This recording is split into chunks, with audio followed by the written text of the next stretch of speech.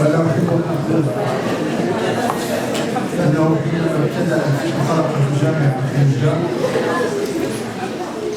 حينما بدأت الجامعة في نجدة 1999 كانت الكلية موجودة وموجودة هي كلية الحقوق، وأول دروس التي ألقيتها كانت كلية الحقوق بل كلية بدأت إلى كان هذا رباطا لازم نفضله دائما مع أصدقائي الأساتذة في كلية الحقوق.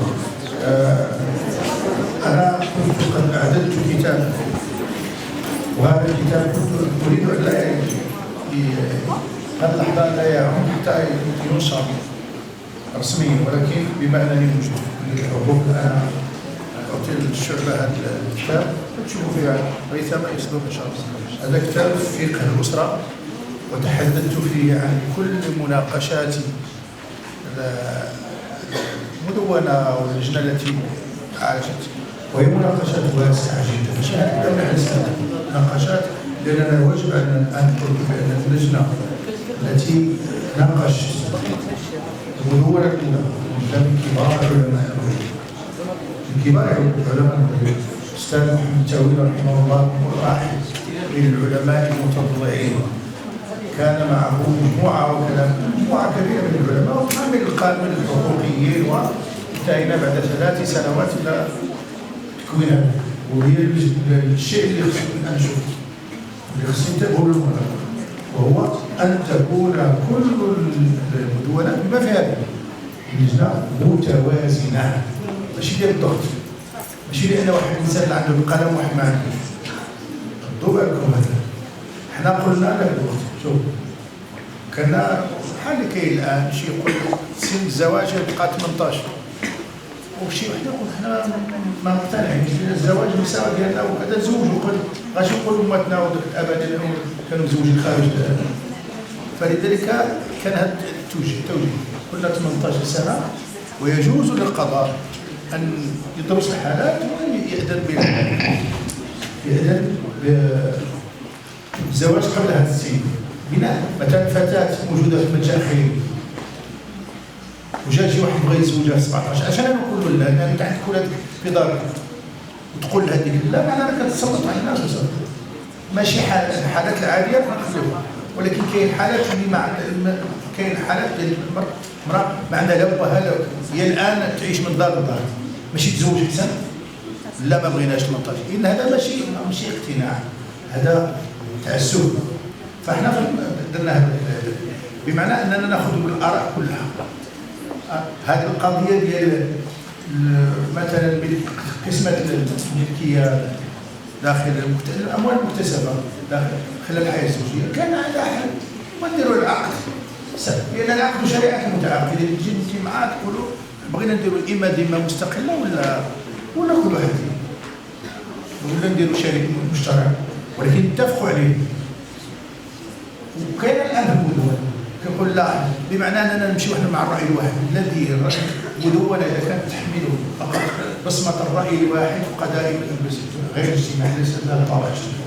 فكانت هذا الجهود كلها ضعت أنا هذا في تقريبا في شي 630 صفحة. غنخلي الأستاذ شوفوا أنتم ريتما إن شاء الله مع قريب مازال ما طلعش، نخلي لكم واحد لأن ما اتسعش المقام باش نخلي لكم لائحة الدول، لأن القوانين 18 ولا لا نزوجوا الصغيرات. 17 دولة من دول الاتحاد الأوروبي تسمح بالزواج قبل يدير 18 سن مثلا مثالي، ولكن سبقوا 17 دولة.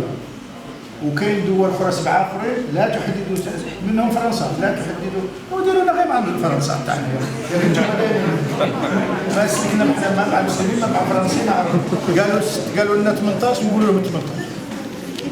لا خص يكون عندنا البصمه ديالنا في هذا القانون، يكون فيه البصمه ديالنا، لان حنايا المشاكل ديالنا كبيره. الان عندنا مشاكل، الان شحال خلفت لنا مثلا الزلازل ديال الفتيات، الان سولتنا عليهم في الراهو، سولناش مشيناش شفناهم، وحده ما طاحت كاين الاسره اللي مشى لها كل شيء. فنحاول نحاجوا، وحنا عندنا ثقه كبيره، واجب خصكم تعرفوا عندنا ثقه كبيره في القضاء. القاضي عنده سلطه تقديريه خصنا نخليوها له لان السلطه التقديريه هو يحكم ماشي يحكم بالاعدام. اذا ما عنده سلطه القاضي راه مجتهد في الاصل فهو يشوف الحالات وما ينحاش ولكن باش يجيب واحد المقصره هكا تاخذ من هذه ولا لا. انا في نظري الحوار مازال ما وصلناش لهذا، مازال ما نضجش، ولكن الامام لا احنا طلعنا الان ولا شيء. انا الناس غادي يقولوا خالف لا ما تخالفش بحال انا مانيش انا الان لا اتحدث لا باسم المستثمرين ولا باسم الجميع صدفه ولكن انا اتحدث بما اراه ما اقتنع واننا اذا كان توافق واخذ لجميع الحساسيات راح تكون سليمه. اذا فرضنا هذه ضغطنا بها على واحد اما على الرجال ولا على النساء راه ما عندهاش افق تقدم ضد الصداع وتقول لك المراه ظلمتوني انتم اجتمعتوا باش تحققوا لي حقي ولكن منعتوني من التعصيب منعتوني من كذا. اش جبتوا لي انتم؟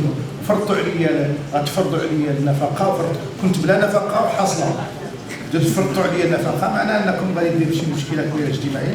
نرجو ان شاء الله نكون في الحكمه وما نوصلوش لهذه النتائج.